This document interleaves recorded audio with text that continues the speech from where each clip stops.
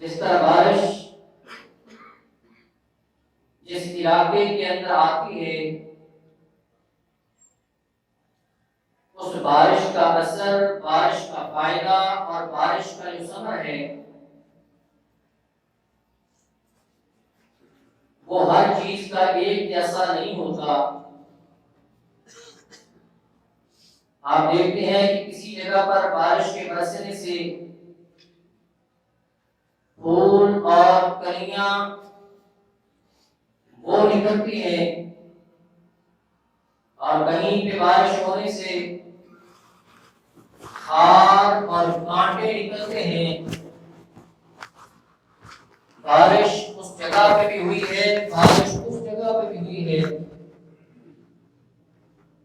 مگر جس طرح کی زمین ہے، جس طرح کا وہاں بیج ہے، اسی طرح کی کونپلیں وہاں سے نکلنا شروع ہو جاتی ہیں۔ اسی طرح انسان کی روحانی زمین ہے۔ رمضان المبارک تو سبھی کے پاس آتا ہے، لیکن جس کے پاس وہ نرم اور ہموار اور تیار دل و زبان اور ذہن کی زمین ہو، اسے رمضان المبارک کی خوشبوئیں نصف شعبان کے بعد آنا شروع ہو جاتی ہیں۔ اسی لیے امام ابن جوزی رحمۃ اللہ علیہ نے اپنی کتاب بستان الواعظین کے اندر ذکر کیا ہے کہ یہ رمضان المبارک کا مہینہ جناب یعقوب علیہ السلام کے بیٹوں میں جس طرح جناب یوسف علیہ السلام تھے، اسی طرح رمضان گویا کہ یوسف علیہ السلام کی طرح ہے۔ جناب یعقوب علیہ السلام کے 12 بیٹے تھے اور سال کے 12 مہینے ہیں۔ یعقوب علیہ السلام کے 11 بیٹے جب پریشانی اور دکھ کے اندر مبتلا ہوئے تو 12ویں بیٹے جناب یوسف علیہ السلام نے انہیں عزت اور عظمت عطا کروائی۔ گویا کہ 11 مہینوں کے اندر جو ہم سے گناہ ہو چکے، جو کوتاہیاں ہو چکی، جو نمازوں میں سستیاں ہو چکی، جو اللہ کے گھروں سے دوریاں ہم نے اختیار کی، جو دین سے دور رہ کر ہم نے اپنا نقصان کیا، یہ یوسف علیہ السلام کی طرح یہ رمضان آ رہا ہے ان نقصانات کا ازالہ کرنے کے لیے۔ اگر ہم چاہتے ہیں کہ ان 11 مہینوں کی کمیوں کا، کوتاہیوں کا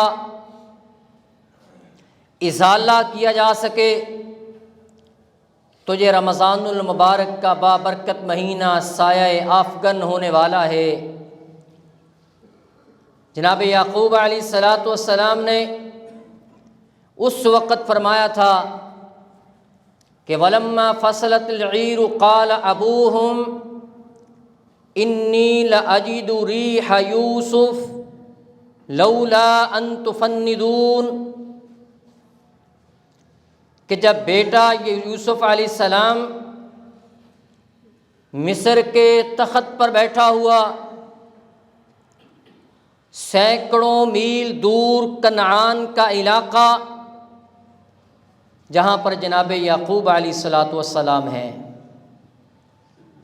یعقوب علیہ السلام کنعان میں، بیٹا جناب یوسف علیہ السلام مصر میں، اور کنعان میں بیٹھ کر جناب یعقوب علیہ السلام فرما رہے ہیں انی لاجد ریح یوسف، مجھے جناب یوسف کی خوشبو آ رہی ہے۔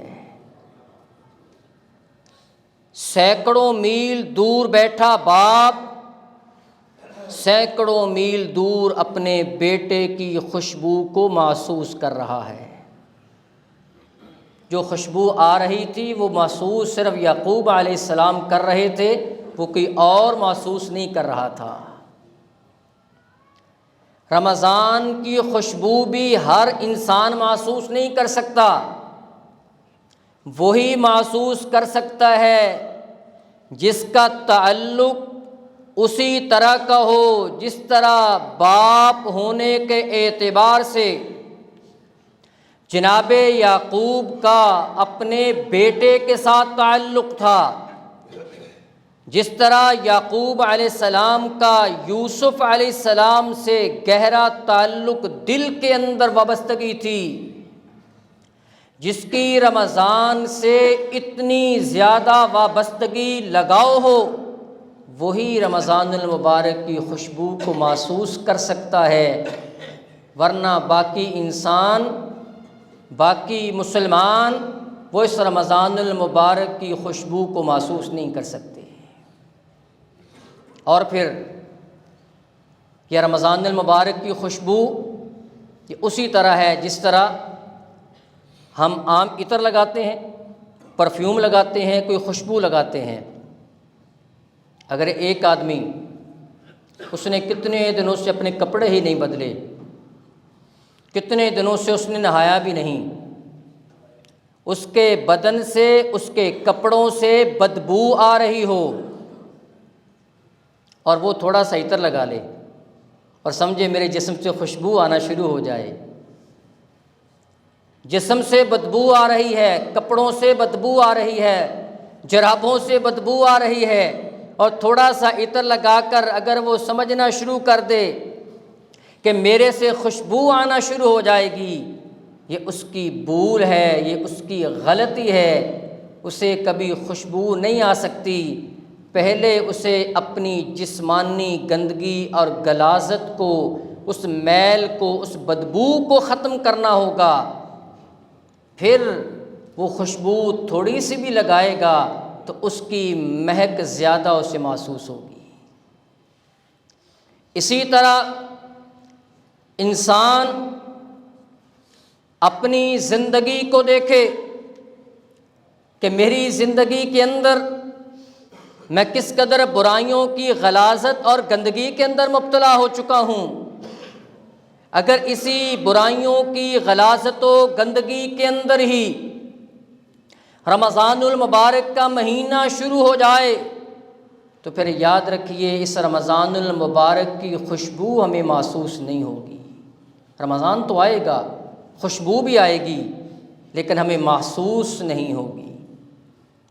اسی طرح اگر انسان خوشبو لگا کر، عطر لگا کر، مہنگی سے مہنگی پرفیوم لگا کر، کپڑے بھی اس نے صاف پہنے ہیں، جسم بھی صاف ہے، غسل بھی کیا ہے، خوشبو بھی اعلیٰ قسم کی لگائی ہے، سارا کچھ کرنے کے باوجود خوشبو لگا کر وہ کسی کوڑا کرکٹ گندگی کے ڈھیر پہ جا کر کھڑا ہو جائے، وہ وہاں جا کر کہے میں نے تو مہنگی خوشبو لگائی ہے، مجھے خوشبو نہیں آ رہی۔ اس کے کپڑے صاف، اس کا بدن صاف، خوشبو مہنگی لگائی، لیکن خوشبو محسوس نہیں ہو رہی۔ کیوں محسوس نہیں ہو رہی؟ اس لیے محسوس نہیں ہو رہی کیونکہ جس جگہ پر وہ کھڑا ہے وہاں سے بدبو آ رہی ہے، اس لیے خوشبو کا اثر بھی زائل ہو جاتا ہے۔ اسی طرح جب رمضان المبارک کا بابرکت مہینہ شروع ہو، رمضان کی خوشبوئیں آنا شروع ہو چکی ہیں، جب رمضان کی خوشبوئیں ہمیں محسوس ہونا شروع ہوں تو کہیں ایسا نہ ہو کہ رمضان کی خوشبوؤں کو لے کر ہم گناہوں اور برائیوں کی دلدل میں جا کر کھڑے ہو جائیں۔ رمضان شروع ہو اور ساتھ ہی برائیاں بھی ہو رہی ہوں تو پھر ہم رمضان کی خوشبو کو محسوس نہیں کر سکتے۔ رمضان کی خوشبو اس آدمی کو محسوس نہیں ہو سکتی جو اس رمضان کو سمجھتا ہے کہ اس کے اندر میں مالی طور پر مضبوط ہوں گا۔ وہ کہتا ہے کہ 11 مہینے تو اتنا کام نہیں چلا، تو اب آ گیا ہے رمضان، مسلمانوں کو لوٹنے کا مہینہ، اب مسلمانوں کو خوب لوٹا جائے گا۔ جو چیز 1000 روپے کی ہے وہ 2000 کی فروخت کی جائے گی، مسلمانوں کی مجبوری ہے، یہ لیں گے۔ تو وہ رمضان المبارک کی خوشبو کو محسوس ہی نہیں کر رہا۔ جو یہ سمجھتا ہے کہ میری کھجوریں تو پڑی ہوئی خراب ہونے والی ہیں، آ گیا ہے رمضان، لوگوں نے خریدنی ہے، خراب کھجوریں نکالو، خراب کھجوریں فروخت کرو اور مال کماؤ، تو گویا کہ وہ رمضان المبارک کی خوشبو کو محسوس نہیں کر رہا۔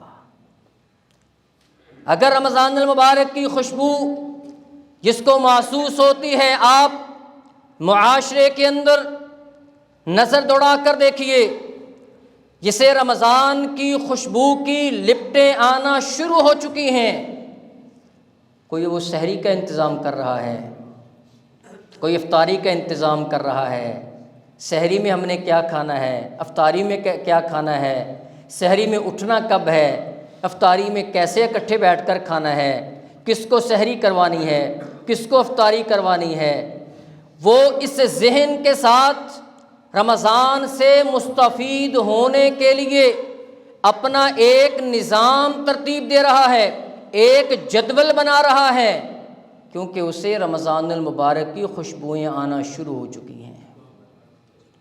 جسے رمضان کی خوشبو محسوس نہیں ہو رہی، وہ سوچ رہا ہے کہ اب مسلمانوں پر کس چھری کو تیز کیا جائے گا، وہ کون کون سی چھریاں ہیں جن کے ساتھ رمضان میں کاٹنا ہے، کس کس چیز کی زیادہ روزے داروں کو ضرورت ہے، اس چیز کو زیادہ مہنگا کیا جائے۔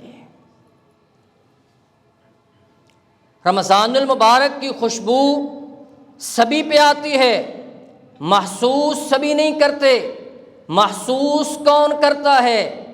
اللہ رب العالمین نے قرآن کریم دوسرے پارے سورۃ البقرہ میں فرمایا یا ایھا الذین آمنوا کتب علیکم الصیام کما کتب علی الذین من قبلکم لعلکم تتقون۔ رمضان المبارک کی خوشبو ایمان والا محسوس کرتا ہے، جس کے پاس ایمان نہیں ہے وہ محسوس بھی نہیں کر سکتا۔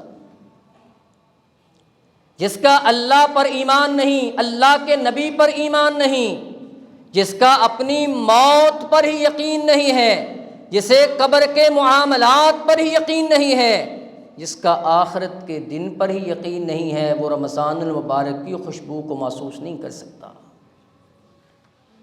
سوچنے کا اپنا اپنا زاویہ ہے۔ کوئی انسان رمضان المبارک کے بارے میں کس انداز میں سوچ رہا ہے، کوئی کس انداز میں سوچ رہا ہے۔ خوش نصیب ہے وہ انسان، مسلمان، جن کو رمضان کی خوشبوئیں آنا شروع ہو گئی ہیں، اور اس کے ساتھ ساتھ انہوں نے یہ سوچنا شروع کر دیا ہے کہ یہ نیکیوں کا موسم بہار آنے والا ہے، اس نیکیوں کے موسم بہار میں ہم نے نیکیوں کو کس طرح اکٹھا کرنا ہے۔ ایک سوچنے والا یہ سوچ رہا ہے ہم نے نیکیوں کو کیسے اکٹھا کرنا ہے، اور ایک سوچنے والے کی سوچ یہ ہے کہ میں نے مال کو کیسے اکٹھا کرنا ہے۔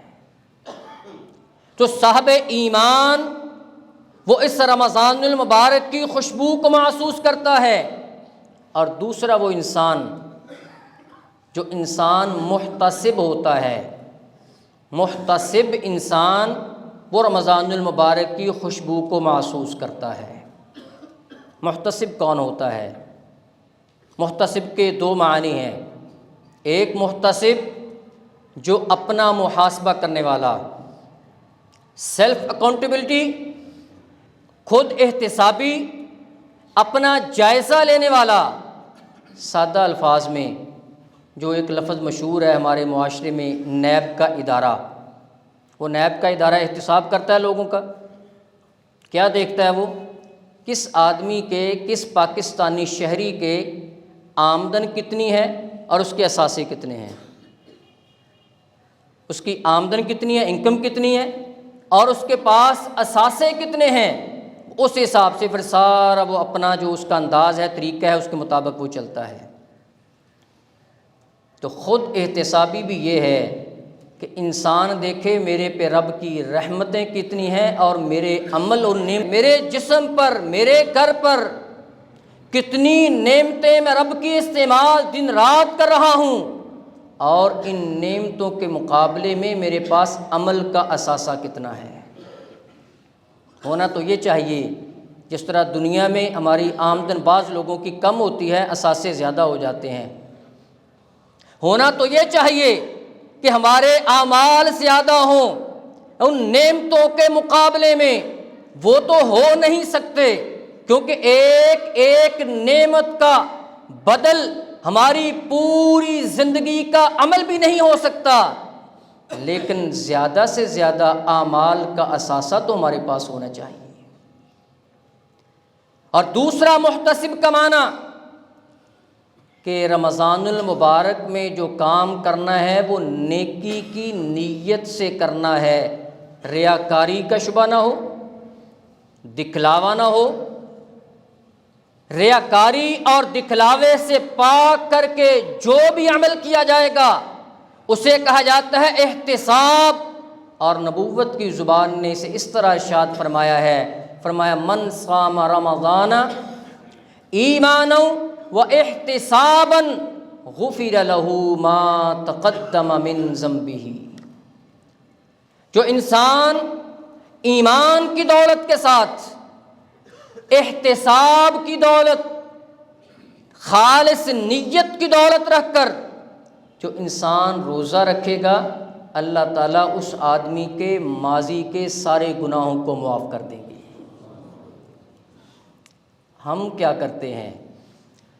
ہم خود احتسابی کی بجائے ہم سیلفی پر یقین رکھتے ہیں، سیلف پر یقین نہیں رکھتے۔ کہ نوجوان بھائی سمجھتے ہیں اس چیز کو۔ ہماری اس وقت تک کوئی مجلس برخاست نہیں ہوتی جب تک کہ سیلفی نہ ہو جائے یا کوئی تصویر نہ لے لی جائے، لیکن جو سیلف ہے اس کو ہم نے چھوڑ دیا ہے۔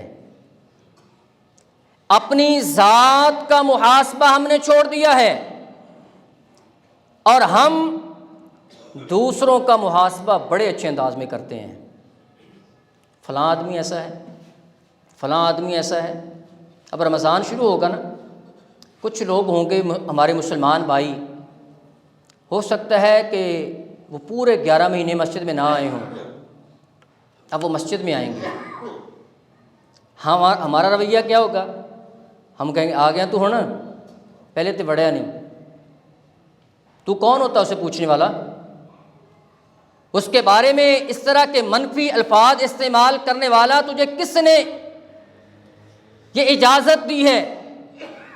اللہ نے توفیق دی، وہ اللہ کے گھر میں آیا ہے، وہ آپ کے گھر میں نہیں آیا۔ اگر 11 مہینوں کے بعد ہی آ چکا ہے، 7 دنوں کے بعد جمعہ کے دن ہی آ چکا ہے، آ تو چکا ہے نا، اللہ کے گھر میں آیا ہے نا۔ جب اللہ نے اسے نہیں روکا تو کون ہوتا روکنے والا؟ 11 مہینے وہ مسجد سے دور رہا، 11 مہینے قرآن سے دور رہا، اللہ تعالیٰ نے اسے اگر سزا نہیں دی، اللہ تعالیٰ نے اس پر اپنی نعمتیں پھر بھی ان پہ نعمتیں نشاور کی ہیں، اب اللہ نے اسے مسجد میں آنے کی، اپنے گھر میں آنے کی توفیق دے دی ہے، تو میں اس کو منفی الفاظ کے ساتھ استعمال کر کے، اس کی حوصلہ شکنی کر کے، اور اس کو یہ باور کراؤں کہ میں پتہ نہیں بڑا نمازی، ہو سکتا ہے وہ میرے سے زیادہ نیکیاں کرنے والا ہو، اور اس کی کوئی ایسی نیکی اللہ کو قبول آ گئی ہو، پسند آ گئی ہو کہ اللہ نے اس نیکی کو قبول کر کے ماضی کے گناہوں کو معاف کر کے اپنے گھر کے اندر بھیج دیا ہو۔ اس لیے خود احتسابی کرنی ہے، سیلف اکاؤنٹیبلٹی، اپنا احتساب کرنا ہے۔ جب اپنا احتساب ہوگا پھر خود خوشبو محسوس ہوگی، لیکن جب دوسروں کے اعمال کی طرف توجہ ہوگی اور اپنے عمل کو نہیں دیکھا جائے گا، پھر رمضان المبارک کی خوشبو کو ہم محسوس نہیں کر سکتے۔ اور اس کے ساتھ تیسری چیز ایمان، احتساب، اور تیسری چیز ہے کلمہ توحید کے مطابق انسان کی زندگی کا عمل ہو، وہ انسان رمضان المبارک کی خوشبو کو محسوس کرتا ہے۔ اگر عقیدہ توحید پر عمل نہیں، زبان سے کہہ بھی دیا لا الہ تو کیا حاصل، دل و نگاہ مسلمان نہیں تو کچھ بھی نہیں۔ اگر دل مسلمان نہیں ہے، اگر نگاہ مسلمان نہیں ہے، اگر عقیدہ نظریہ توحید نہیں ہے، تو پھر یاد رکھیے پھر نمازیں بھی ہوں، روزے بھی ہوں، پھر اپنی پیشانی کو سجدے میں رکھ رکھ کر اس پہ محراب بھی بن چکے ہوں، اللہ رب العالمین مشرک انسان کی کسی عبادت کو قبول نہیں کرتے۔ اور چوتھی چیز، اگر محسوس کرنا چاہتے ہیں اس رمضان المبارک کی خوشبو کو، کہ رمضان المبارک کی خوشبو محسوس ہو، اگر یہ چاہتے ہیں تو چوتھا عمل ہے عقیدہ توحید کے بعد نماز کی پابندی۔ اگر نماز کی پابندی نہیں، 13 گھنٹے کا روزہ بھی رکھ لیا، تو یاد رکھیے گا اس رمضان المبارک کی آپ کو خوشبو اور روزے کی خوشبو محسوس نہیں ہوگی۔ نبی علیہ الصلوۃ والسلام نے حضرت معاذ بن جبل رضی اللہ تعالی عنہ، اور یہ معاذ بن جبل رضی اللہ تعالی عنہ وہ صحابی ہیں، ہر مسلمان یہ کہتا ہے کہ مجھے نبی علیہ السلام سے محبت ہے۔ صحابہ کہتے تھے یا اللہ کے رسول ہمیں آپ سے محبت ہے، ہمیں آپ سے محبت ہے۔ آج کا بھی مسلمان کہتا ہے کہ ہمیں نبی علیہ السلام سے محبت ہے، لیکن معاذ بن جبل رضی اللہ تعالی عنہ وہ خوش نصیب صحابی رسول ہیں کہ جنہیں نبی علیہ السلام نے کہا اے معاذ انی لاحبک، اے معاذ مجھے رسول کو تجھ سے محبت ہے۔ اس معاذ سے فرمایا اے معاذ یمن کا گورنر بنا کر بھیجنے لگا ہوں، سب سے پہلے کلمہ توحید، عقیدہ توحید سکھلانا ہے۔ جب عقیدہ توحید مضبوط ہو جائے پھر اس کے بعد انہیں کہنا ہے نماز کی پابندی کریں۔ جب وہ نماز کی پابندی کر لیں پھر انہیں بتلانا ہے جو آپ میں سے صاحب ثروت ہیں وہ زکوٰۃ ادا کریں۔ زکوٰۃ ادا کریں تو پھر کہنا ہے کہ آپ پر رمضان المبارک کے روزے فرض ہیں، آپ نے روزے رکھنے ہیں۔ عقیدہ توحید پہلے، نماز پہلے، بعد میں رمضان کے روزے ہیں۔ بے نماز رمضان سے پہلے اپنے آپ کا احتساب کرے، میں روزہ رکھنے لگا ہوں کیوں؟ اللہ کی عبادت سمجھ کر، تو نماز کیوں نہیں پڑھ رہا؟ نماز اللہ کی عبادت نہیں، پہلے نماز اور نماز کے بعد پھر روزہ۔ اس کا مطلب یہ بھی نہیں کہ نماز نہیں پڑھی جاتی چل روزے بھی رہنے دیں، نہیں، نماز کی پابندی کریں اور اس کے ساتھ ساتھ رمضان المبارک کے روزے رکھنے کی نیت کر لیں، توفیق اللہ رب العالمین دینے والا ہے۔ جون جولائی کے لوگوں نے روزے رکھے ہیں، کتنی سخت دھوپ وغیرہ، سفر بھی کیے ہیں، کام بھی کیے ہیں، اگر اس وقت کوئی روزوں سے نہیں مرا، روزے سے نہیں مرا، اچھا اگر روزے سے موت بھی آ گئی تو اور کیا چاہیے؟ اگر روزے سے کوئی مر بھی جائے گا، فوت بھی ہو جائے گا تو کیا ہو جائے گا؟ روزے سے، جون جولائی کے روزوں سے کوئی فوت نہیں ہوا، تو اب یہ تو موسم بہار کے روزے، یہ تو انسان کے لیے غنیمت ہی غنیمت ہے۔ آخری چیز، اگر رمضان المبارک کی خوشبو وہ تو آ رہی ہے، آنا شروع ہو چکی ہے، نصف شعبان سے آنا شروع ہو جاتی ہے، بہت سی احادیث موجود ہیں اس کے بارے میں، لیکن اگر کسی کو محسوس نہیں ہو رہی تو سوچئے کہ میری کمائی کا ذریعہ کیا ہے۔ معذرت کے ساتھ حرام کمائی والے کو رمضان کی خوشبو محسوس نہیں ہوگی، حلال کمائی والے کو جس نے حلال کی کمائی سے سحری کرنی ہے رمضان کی خوشبو اسے محسوس ہونی ہے، جس نے حلال کی کمائی سے افطاری کرنی اور کروانی ہے رمضان کی خوشبو اسے محسوس ہونی ہے۔ مولوی کے پاس آ کر کہتے مولوی صاحب دعا کریں رزق میں برکت ہو، کس رزق میں؟ جو حرام کا کمایا اس میں برکت۔ مولوی کی دعا سے حرام کمائی میں برکت نہیں ہوتی، حاجی کی دعا سے، حافظ کی دعا سے، قاری کی دعا سے حرام کی کمائی میں برکت نہیں ہوتی۔ حرام کی کمائی کو بدلنا چاہتے ہو وظائف کے ساتھ، حرام کی کمائی وظائف کے ساتھ حلال نہیں ہوتی، بد اعمالیاں اچھے وظائف کے ساتھ تبدیل نہیں ہوتی، بد کرداری، بد اعمالی، سارا انسان تاش کھیلتا رہے، سودی کاروبار کرتا رہے، گالی گلوچ کرتا رہے، اور مولوی صاحب سے آ کر پوچھے وظیفہ بتائیں جی، مولوی صاحب کہیں لا الہ الا انت سبحانک انی کنت من الظالمین، یہ پڑھا کر وہ 1000 مرتبہ پڑھ لے، کروڑوں مرتبہ پڑھ لے، وہ بد عملی کا وہ بدل نہیں ہو سکتا، بد عملی کا اس سے خاتمہ نہیں ہو سکتا۔ بد عملی کو ختم کریں گے تو تب یہ وظائف کا اثر آنا شروع ہوگا۔ اگر بد عملی کو، اگر حرام کی کمائی کو وظائف کے پڑھنے سے بدلنا چاہتے ہو تو پھر سمجھ لیجئے یہ غلطی کے اوپر غلطی کر رہے ہیں، اور غلطی کے اوپر اگر غلطی کرتے چلے گئے تو پھر ہم اپنی اصلاح نہیں کر سکتے۔ پہلی غلطی کو دور کریں تاکہ دوسری غلطی ہو ہی نہ۔